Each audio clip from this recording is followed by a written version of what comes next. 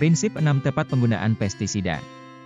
Disampaikan oleh Cahari, Balai Penyuluhan Pertanian Kecamatan Kedung Banteng. Dalam pengendalian hama terpadu atau PHT, menggunakan pestisida merupakan langkah terakhir. Karena PHT mengedepankan pengelolaan agroekosistem dengan memadukan teknik-teknik pengendalian OPT yang ramah lingkungan. Pengamatan petakan yang dicurigai adalah langkah pertama yang harus dilakukan untuk memutuskan perlu tidaknya menggunakan pestisida. Kemudian, bagaimana menggunakan pestisida berdasarkan konsepsi PHT? Berdasarkan konsepsi PHT, penggunaan pestisida harus berdasarkan pada 6 tepat. Tepat pertama adalah tepat sasaran. Yang dimaksud dengan tepat sasaran ialah, pestisida yang digunakan harus berdasarkan jenis OPT yang menyerang. Sebelum menggunakan pestisida, langkah awal yang harus dilakukan ialah melakukan pengamatan untuk mengetahui jenis OPT yang menyerang. Langkah selanjutnya ialah memilih jenis pestisida yang sesuai dengan OPT tersebut. Sebagai contohnya untuk serangan hama menggunakan insektisida. Penyakit oleh cendawan, menggunakan fungisida.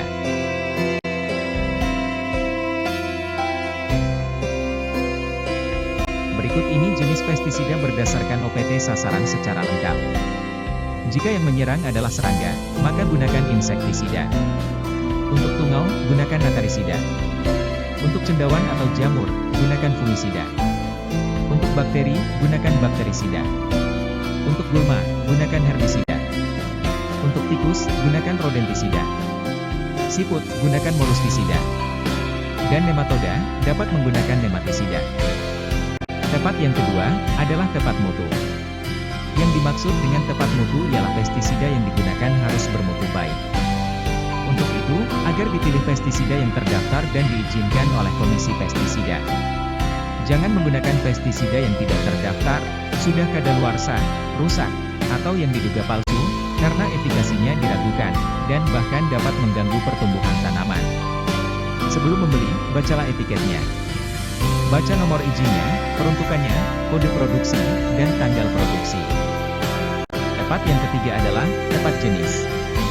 Suatu jenis pestisida, belum tentu dianjurkan untuk mengendalikan semua jenis organisme pengganggu tanaman pada semua jenis tanaman. Oleh karena itu, agar dipilih jenis pestisida yang dianjurkan untuk mengendalikan suatu jenis organisme pengganggu tanaman pada suatu jenis tanaman. Informasi tersebut dapat dilihat pada label atau kemasan pestisida. Tepat yang keempat adalah, tepat waktu penggunaan. Waktu penggunaan pestisida tentu perlu disesuaikan dengan populasi serangan OPT. Yang paling tepat adalah saat populasi atau intensitas serangannya telah mencapai ambang ekonomi atau ambang pengendalian, atau ketika tingkat serangan OPT dapat menimbulkan kerugian secara ekonomis. Sementara, waktu penyemprotan dalam prinsip 6 tepat, yakni pagi, sore, atau malam hari, disesuaikan dengan kondisi bioekologi OPT yang rentan. Tepat yang kelima adalah tepat dosis. Yaitu dosis yang sesuai dengan rekomendasi anjuran, karena telah diketahui efektivitasnya dalam mengendalikan OPT pada suatu jenis tanaman. Penggunaan dosis yang tidak tepat, akan mempengaruhi efikasi pestisida, dan meninggalkan residu pada hasil panen, yang dapat membahayakan bagi konsumen.